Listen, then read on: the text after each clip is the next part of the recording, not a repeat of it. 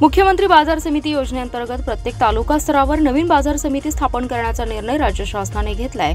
पणन विभागामार्फत 100 दिवसात करावयाच्या कृती कार्यक्रमाअंतर्गत 68 तालुक्यात बाजार समित्या स्थापन करण्यात येणार आहेत। त्यानुसार सांगली कृषी उत्पन्न बाजार समितीच्या त्रिभाजनास सरकारने तत्वता मंजुरी दिली आहे। गेल्या काही वर्षांपासून सांगली बाजार समितीच्या त्रिभाजनावरून चर्चा सुरू होती। अखेर त्याच्यावर शिक्कामोर्तब झाले।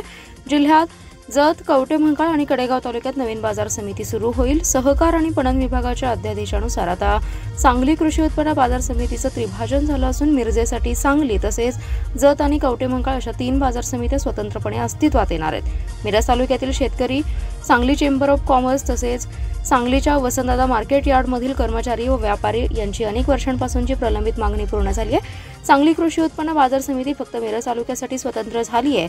सांगली कृषी उत्पन्न बाजार समितीचं त्रिभाजन करावं आणि मिरजेसाठी सांगली स्वतंत्र बाजार समिती स्थापन करण्याबाबतचा पाठपुरावा शासनाकडे केला होता। अखेर शासनाने मान्य केली असून तसा अध्यादेशी काढण्यात आल्याची माहिती आमदार सुधीर गाडगीळ यांनी दिली आहे। सांगली बाजार समितीचं उत्पन्न मात्र जत, कवठेमहांकाळ आणि ढालगाव येथे अधिक खर्च होत असे, त्यामुळे मिरज तालुक्यावर अन्याय असल्याचं मुख्यमंत्री देवेंद्र फडणवीस आणि पणन मंत्री जयकुमार रावल यांच्या निदर्शनास आणून दिलं होतं। अखेर त्रिभाजनाचा निर्णय घेऊन मिरज तालुक्यावरील अन्याय दूर केल्याचे आमदार गाडगीळ यांनी सांगितले। गेली 30 वर्ष प्रलंबित असलेला सांगली मार्केटचा त्रिभाजनाचा विषय हा आज GR काढून शासनानं पूर्ण केलेला आहे। सगळ्या व्यापाऱ्यांनी मला 1-2 महिन्यापूर्वी हे सगळं निवेदन दिलेलं होतं।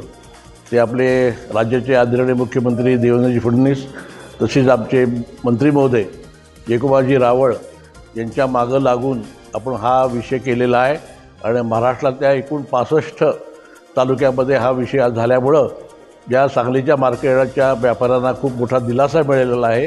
आणखी पण त्यांची काय मागण्या आहेत ते पुढच्या काळामध्ये तेही आपण त्यासाठी प्रयत्न करून ते पूर्ण करून घेऊ एवढं आश्वासन आपल्या व्यापारी मित्रांना देतो। धन्यवाद।